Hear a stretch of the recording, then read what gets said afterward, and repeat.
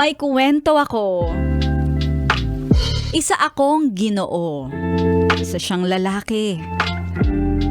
At nais kong i-share ang karanasan ko. Nakipag-break kasi sa akin ang ex-girlfriend ko dahil sa mas pinili niya ang career kesa sa akin. Sakit! Masakit para sa akin, oh. Sabi ko na nga eh. Masakit para sa akin kasi kailangan kong pakawalan ang taong mahal na mahal ko. Kinakamusta ko siya sa chat pero hindi na niya talaga ako pinapansin.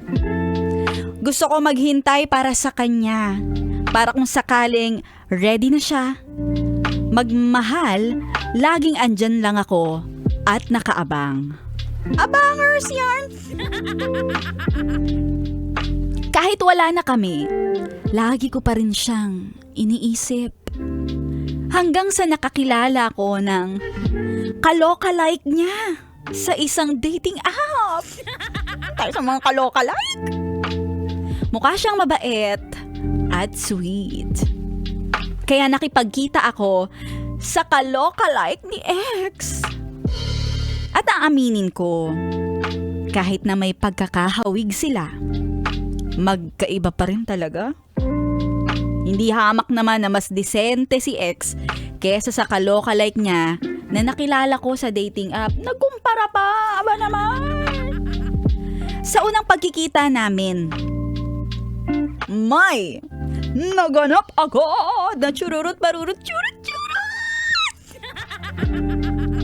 Tapos ang akala ko ay may susunod pa sa pagkikita namin. Pero hindi na nangyari ulit. Baka na siguro pa, 'di ba? Baka dahil sa sinabi ko na kamukha niya yung ex ko. Ayan, red flag yung mga ganyan. Sa tuwing nakakakilala ako ng babaeng kahawig ng ex ko, nakakaramdam talaga ako ng kakaiba. K na K as in, kilig na kilig. Kaso sa pagkakahumaling ko masyado sa kanya, hinahanap ko siya sa ibang babae.